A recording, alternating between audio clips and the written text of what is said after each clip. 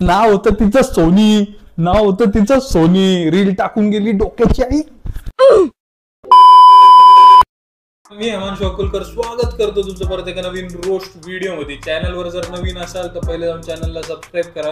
केला ना, चला पुढे जाऊ व्हिडिओ मध्ये. तर आज आपण रोस्ट करणार आहे एका अशा काकूला ज्यांच्याकडे आहेत 2 मिनिंग्स सगळ्या गोष्टींच्या.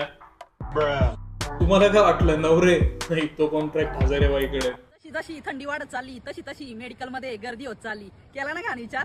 सर्दीमुळं हसायचं होतं का? अरे म्हणजे हे असले जोक्स आहे ना, कोणी 5वीतल्या पोरांनी पण मारले ना आजकालच्या, तर तरी त्याला लोक चिवताय म्हणतात त्याच्यासोबतची. घातल्यावर गरम लागतंय आणि काढल्यावर गार लागतंय. स्वेटर हे नातू खेळवायच्या वया तिला काय नाद लागले तेच कळे ना. पहिले तो तुझी ती गेअर अटकल्या आणि मान हलवणं ना पहिले बंद कर, तुटल. हिचं इंस्टाग्राम बायो तर बघा. लोकांच्या नजरेत नाही, स्वतःच्या नजरेत ब्रँड बनायचं. ज्या हिशोबाने तू चाळे करते ना त्या हिशोबाने तू ब्रँड तर बनूच शकते. Brand with B silent. Gujarat मधल्या पोरी ढोकळा बनवत्यात, पंजाब मधल्या पोरी लस्सी बनवत्यात, केरळ मधल्या पोरी इडली बनवत्यात आणि आपल्या महाराष्ट्रातल्या पोरी पोरांना चिवत्या बनवतात. चिवत्या ते चिवताय बिवताय तर सगळं ठीक आहे, पण मी काय म्हणतो तुझे ते नाकाचे भोक आहे ना ते एवढे पण नको खोलू काय एखादा फॉलोअर घुसल डायरेक्ट. कडू आहे पण सत्य आहे. मुली खरं प्रेम करणाऱ्या मुलांपेक्षा जास्त वापर करणाऱ्या मुलांवर जास्त विश्वास ठेवतात. बरोबर? तुमचा आहे ना तुमच्या नवऱ्यावर विश्वास? हा व्हिडिओ त्या मुलींना शेअर करा ज्यांनी तुमच्या हसते खेळते आयुष्याची पारवाट लावून टाकली. नैना नाव होतं तिचं, आयुष्याची दैना करून गेली. पायल नाव होतं तिचं, मनाला घायल करून गेली. सीमा नाव होतं तिचं, आयुष्याचा खिमा करून गेली. प्रतीक्षा नाव होतं तिचं, आयुष्यभराची शिक्षा देऊन गेली. ऐश्वर्या नाव होतं तिचं, सलमान खान सोबत पळून गेली. खुशी नाव होतं तिचं, माझी भिशी घेऊन पळून गेली. रेश्मा नाव होतं तिचं, बापाचा चष्मा घेऊन पळून गेली. शगुन नाव होतं तिचं, घरात हागूनच गेली. संपव लवकर, चल मला मारायची तुझी रील रिपोर्ट. करिअर कडे लक्ष द्या, मुलींकडे नाही. कारण मुलगी ही फुलपाखरासारखी असते. कारण फुलपाखरू हे कधीच एका झाडावर नाही बसत. बरं ना, ही काकू मुलींवर जळती. हिचं कसं झालंय वय, झाडबीड काही भेटत नसेल ना नवीन. म्हणतं शरीराची भूक फक्त मुलांनाच असते. अरे आजकालच्या 9वी 10वीच्या मुलींना देखात असते. नाहीतर मुलांची काही हिंमत आहे तिला हॉटेलच्या रूम पर्यंत घेऊन जायची. काकू स्पिटिंग फॅक्ट्स म्हणजे कसं आहे, अनुभवाचे बोले. काकूंनी अनुभवला असेल ना 9वी 10वीत असलं सगळं काहीतरी. लोखंड गळणं, थंडीमुळं सर्दी होणं, वाऱ्यामुळं झाडाची पानं गळणं आणि पोरींमुळं पोरं बरबाद होणं निसर्गाचा नियम आहे. हो, काकूला त्रास या गोष्टीचा नाहीये की पोरींमुळं पोरं बरबाद होत आहे. तिला त्रास या गोष्टीचा आहे की तिच्यामुळं कोण कसं बरबाद झालं नाही. म्हणजे कस काय. आता ह्या काकूना हॉस्पिटलला कामाला आहे. आता जे पेशंट तिच्याकडे जात असतील त्यांना बेसिक ट्रीटमेंट तर भेटतच असेल, पण त्यासोबत भेटत असेल एक्सक्लुझिव्ह कॉन्टेंट जे आहे लाईफवर मोटिवेशन.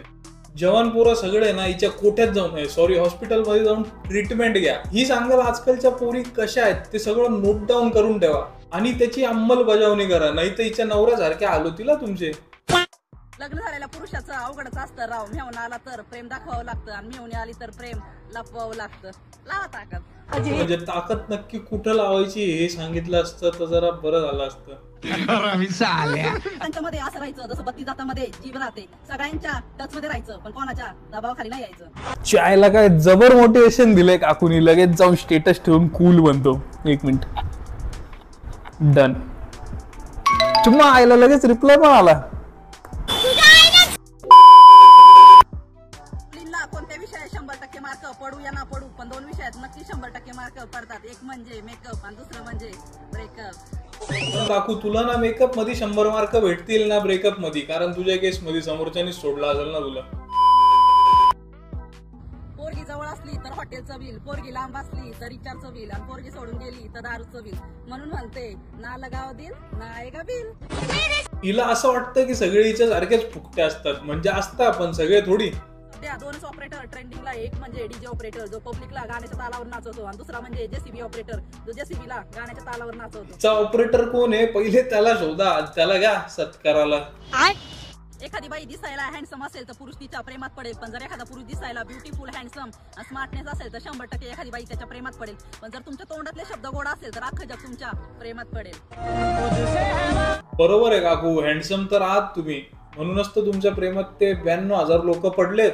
आणि तुमच्या तोंडातले शब्द वा किती गोड आहे. तर चुत्या शाळेतला सगळ्यात फेमस डायलॉग, मॅडम हा हलवतोय बेंच हो. आई नक्की कोणत्या शाळेत शिकली जिथं संस्काराच्या नावावर हलवणं शिकवता? Bench bench. नोटी होरा. पण म्हणतं बायकांच्या पोटात कोणतीच गोष्ट पचत नाही. आतापर्यंत लग्नाच्या आधीचं प्रेम कधीच कोणत्या बाईने तिच्या नवऱ्याला नाही सांगितलं, बरोबर ना? ते तर तुझ्या नवऱ्यालाच येऊन विचारायला लागेल ना. मुलीच्या घरच्यांना मुलगा दुधाने धुतलेला पाहिजे, मग त्यांची मुलगी कित्येक जणांच्या दह्याने धुतलेली का असाना? असं कुठं असतं? चांगलीच नॉलेज दिसती हिला दूध द्यायची. हॅशटॅग दूध उत्पादक. फक्त आहे ना दूध काढायला तू जात नको जाऊ, कारण तुझं तोंड पाहून आहे ना ती गाय बी दूध नाही देणार. मित्रांनो, दिवाळीत फटाकडे वाजवण्यापेक्षा एखादी फटाकडी पटवा, म्हणजे कसं प्रदूषण मुक्त दिवाळी साजरी होईल. एकतर आहे ना आपल्या धर्माची चेष्टा करणं बंद करा. म्हणजे दिवाळी काय असतं आणि त्याला घेऊन असे जोक्स मारणं शोभतं का तुम्हाला? बाळा, आता मी तुझी इतकी आठवण काढणार की तुला उचकी नाही. जुलाब लागाय पाहिजे, जुलाब. बाई हे ना हिचंच पोरग असणार 100%. आणि नसला ना तर दत्तक घे त्याला. म्हणजे आजकालचे युट्यूबचे इंस्टाग्रामचे छपरी क्रिएटर बघून हिच्यासारखे एक अनपॉप्युलर ओपिनियन येतं माझ्या मनात. पहिले जे बिना शिकवता घरात ठेवायचे ना तेच बरं होतं. चूल मूल लाईफ इज व्हेरी ब्युटिफुल. पण का आता मुलगी शिकली, काकू झाली, सॉरी प्रगती झाली, आता जो आहे सो आहे. तर आपण याच्यावर काहीच नाही करू शकत. तर व्हिडिओ इतका बघितला असेल तर लाईक नक्की करा, कॉमेंट करा, शेअर करा, सबस्क्राईब करायला विसरू नका. भेटूया पुढच्या व्हिडिओमध्ये. बाय. हॅशटॅग सोनी अनहोनी.